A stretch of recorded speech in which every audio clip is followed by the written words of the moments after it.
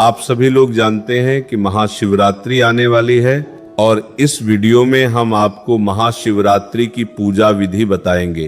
भक्तों, साल की सबसे बड़ी शिवरात्रि महाशिवरात्रि होती है और यह इस बार 15 जनवरी 2026 रविवार के दिन पड़ रही है और इस दिन की गई पूजन का फल आपको सदैव मिलता रहता है और इस दिन भगवान शिव जी को प्रसन्न करना भी बहुत ही आसान होता है।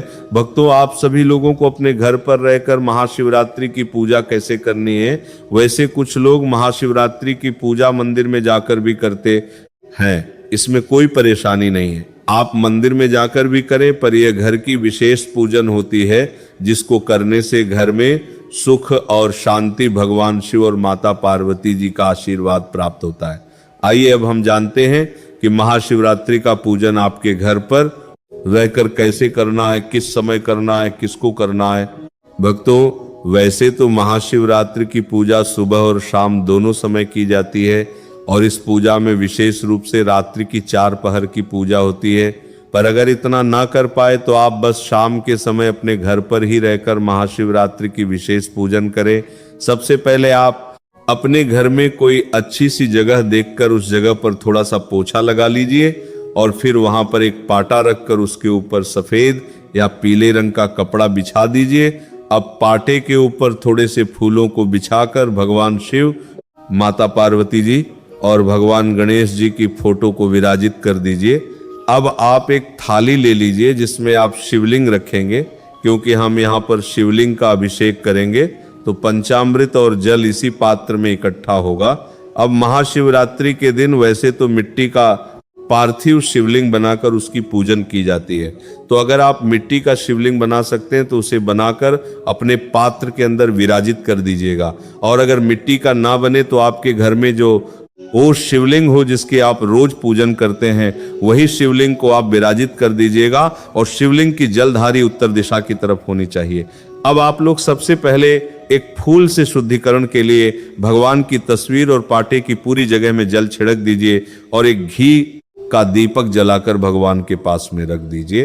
अब हमें शिवलिंग का सबसे पहले जल से अभिषेक करना है, यानी कि 1 लोटा जल भरकर उसे शिवलिंग पर चढ़ाना है। जरूरी नहीं कि पूरा जल चढ़ाएं, क्योंकि अगर आप ऐसा करेंगे तो आपकी प्लेट पूरी पानी से भर जाएगी।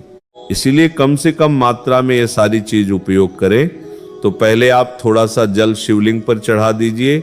उसके बाद हम अब पंचामृत की सामग्री शिवजी पर चढ़ाएंगे, जिसमें दूध, दही, घी, शहद, शक्कर, आप चाहे तो ये 5 सामग्री एक साथ मिलाकर और पंचामृत बनाकर भी शिवजी पर चढ़ा सकते हैं। या अगर ये सारी चीज ना हो तो आप सिर्फ कच्चा दूध से शिवजी का अभिषेक करें। अब आप वापस से शुद्ध जल शिवजी पर चढ़ाएं। अब आप लोग पीला चंदन लेकर शिवलिंग के ऊपर लगाएं और फोटो पर भी तिलक करें और माता पार्वती जी को रोली से तिलक करें और दीपक को भी तिलक लगाएं। इसके बाद भगवान शिव जी पर चावल चढ़ाएं। चावल के दाने टूटे हुए ना हो। अब आप वस्त्र के रूप में कलवा समर्पित करें और शिवलिंग को जनेऊ पहना दे। इसके बाद माता पार्वती जी को लाल रंग की चुनरी उड़ाए, यानी कि तस्वीर के ऊपर आप लाल रंग की चुनरी पहना दें। अब आप भगवान गणेश जी को और नंदी जी को दूर्वा समर्पित करें और भगवान शिव जी को बेलपत्र चढ़ाएं। इसके अलावा शिव जी की जो प्रिय चीज होती हैं, जैसे कि बेलपत्र, शमी पत्र, धतूरा, सफेद फूल, ये सारी चीज भी आप एक एक करके शिवलिंग पर चढ़ाएं। महाशिवरात्रि के दिन ही भगवान शिव और माता पार्वती जी का विवाह हुआ था, इसलिए इस दिन माता पार्वती जी को श्रृंगार का सामान जरूर चढ़ाएं।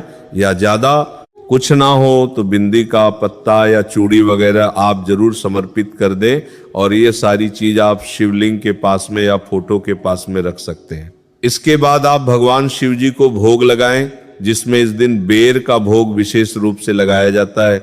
और बेर ना हो तो आप लोग कोई अन्य फल भी चढ़ा सकते हैं, या जो आपने अपने घर में मीठा बनाया हो वो भी भोग में लगा सकते हैं। अब आप कुछ दक्षिणा भी चढ़ा दीजिए, चाहे 11 रुपए, चाहे 1 रुपए, जितनी आपकी क्षमता हो। अब आप धूप बत्ती या अगरबत्ती जलाकर भगवान के पास में रख दे। जब इसके बाद में आप चाहे तो महाशिवरात्रि की व्रत कथा सुन सकते हैं, शिव चालीसा का पाठ कर सकते हैं, या अन्य कोई कथा सुने तो बहुत ज्यादा अच्छा है। और कथा सुनते समय अपने सीधे हाथ के हथेली में चावल और फूल रखकर ही कथा सुने और कथा या पाठ पूरा हो जाने के बाद ये चावल और फूल शिवलिंग पर ही चढ़ा दें। अब हम यहाँ पर आरती करेंगे। आप चाहे तो आरती के लिए कपूर जला सकते हैं या अन्य कोई दीपक जला सकते हैं, अन्यथा जो आपने पहले से दीपक जलाकर रखा हुआ है उसी को उठाकर सबसे पहले भगवान गणेश जी की आरती उतारे, फिर भगवान शिव जी और माता पार्वती जी की आरती करेंगे। फिर भगवान पर यहाँ पर आप शिव जी की आरती मोबाइल में चलाकर भी आरती कर सकते हैं और फिर दीपक को, आरती की थाली को भगवान के पास में रखकर हाथ जोड़कर अपने पूजा में हुई गलतियों के लिए क्षमा मांगेंगे और अपनी जो भी मनोकामना हो भगवान शिव जी से बोलेंगे। महाराज, यहाँ पर महाशिवरात्रि की पूजा पूरी हो जाती है। अब इसके बाद पूजा का सामान और पूजा की चौकी आपको अगले दिन सुबह उठानी है। पूरी रात भर के लिए इसे वही के वही यही छोड़ता है देना। अगर आपने पार्थिव शिवलिंग बनाया हुआ है तो इसका आपको अगले दिन विसर्जन करना है और जो भी सामग्री आपने पूजा में शिव जी पर चढ़ाई हुई है या जो पंचामृत की सामग्री है, ये सारी चीज आप किसी वृक्ष में या पेड़ में डाल सकते हैं। पार्थिव शिवलिंग का विसर्जन आप अपने घर में ही शुद्ध जल के अंदर भी कर सकते हैं या किसी नदी में जाकर भी कर सकते हैं। और अगर आपने अपने घर का ही शिवलिंग पूजा में रखा हुआ है तो आप उसे शिवलिंग को उठाकर वापस से अपनी पूजा स्थल पर रख दीजिए। इसके बाद सुहाग की सामग्री और जो भी दक्षिणा है वो आप चाहे तो किसी मंदिर में जाकर पंडिताइन को दे सकते हैं, अन्यथा सुहाग की सामग्री आप खुद रख सकते हैं और दक्षिणा किसी मंदिर में जाकर दान पेटी में डाल दीजिएगा। इस तरीके से आपको महाशिवरात्रि के दिन शाम के समय यह पूजन करके इसका विसर्जन अगले दिन सुबह उठकर करना है और यह पूजन आप अपने पूरे परिवार के साथ में करें। इस पूजन को करने के लिए ऐसा जरूरी नहीं है कि आप महाशिवरात्रि का व्रत रखें।